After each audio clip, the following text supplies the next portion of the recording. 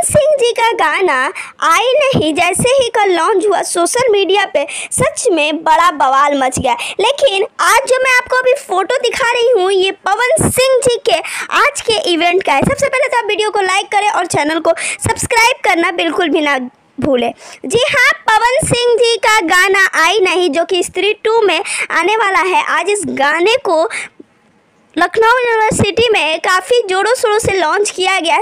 बहुत बड़ी इवेंट थी और जिसके पवन सिंह जी ने सबका स्वागत काफ़ी अच्छे से किया। श्रद्धा कपूर, राजकुमार राव जी ने तो पवन सिंह का लोहा मान ही लिया।